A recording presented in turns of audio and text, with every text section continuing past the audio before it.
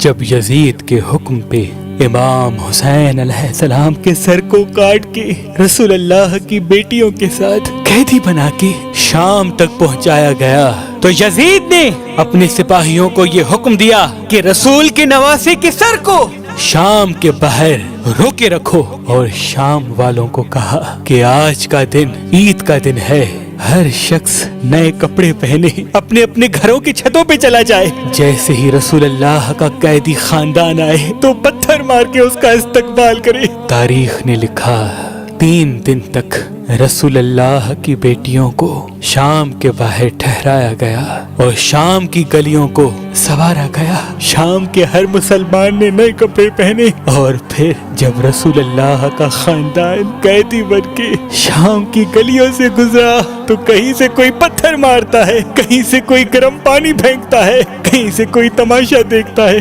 رسول اللہ کی نواسی بی بی زینب سلام اللہ علیہا بے چادر شام کی گلیوں سے چل رہی ہیں، اور امام حسین علیہ السلام کا سر نوکے نیزہ پہ قرآن کی تلاوت کر رہا ہے۔ بس جیسے ہی قیدی سادات یزید کے محل میں پہنچے، یزید نے امام حسین علیہ السلام کے سر کو سامنے رکھا، ہاتھ میں لاٹھی کو لے کے امام حسین علیہ السلام کے سر کی توہین کرنے لگا۔ اس وقت یزید کے محل میں روم کا ایک سفیر موجود تھا۔ اس نے جب یہ دیکھا کہ عجیب قافلہ ہے، بے پردہ بیبیاں ہیں، شرابیوں کا مجمع ہے، ایک بیمار زنجیروں میں جکڑا ہوا ہے اور ایک نورانی سر یزید کے سامنے رکھا ہوا ہے، اس نے سوچا یہ کوئی بڑے مجرم ہیں جن کو اتنی بدترین سزا مل رہی ہے۔ لوگوں سے پوچھا یہ کون ہے؟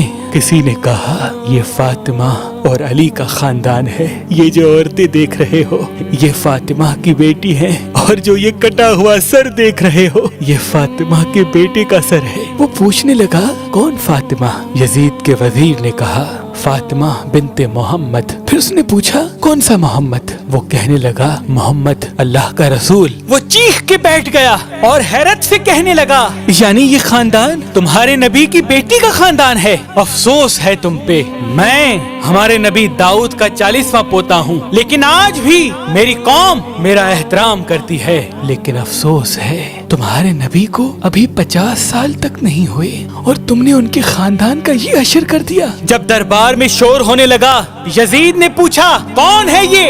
سپاہیوں نے کہا روم کا سفیر ہے جو یہ کہہ رہا ہے کہ جس نبی کا کلمہ پڑھتے ہو اسی کے خاندان کو قتل کرتے ہو۔ یزید نے کہا اس کی یہ مجال، اس کا سر قلم کر دو۔ جب اس کا سر کاٹا جا رہا تھا تو وہ کہنے لگا میں تسلیم کرتا ہوں کہ تمہارا نبی سچا ہے، لا الہ الا اللہ محمد الرسول اللہ۔ سپاہیوں نے پوچھا ہم مسلمان تو تمہیں قتل کر رہے ہیں، تم ہمارے نبی کا کلمہ کیوں پڑھ رہے ہو؟ وہ کہنے لگا کل رات میرے خواب میں عیسیٰ مسیح اور حضرت داؤد علیہ السلام آئے تھے اور وہ فرما رہے تھے کہ تمہاری وجہ سے ہمارا سر اونچا ہوگا تو آخری سچے نبی محمد کے نواسے کے لیے سچ کہتے ہوئے مارا جائے گا۔ اے لوگو میں تسلیم کرتا ہوں تمہارا نبی سچا ہے، لیکن افسوس ہے تم لوگوں نے اپنے نبی کی صداقت، شرافت اور ان کے خاندان کی قدر نہیں کی، اور ان کے خاندان کی قدر نہیں کی، اور ان کے خاندان کی قدر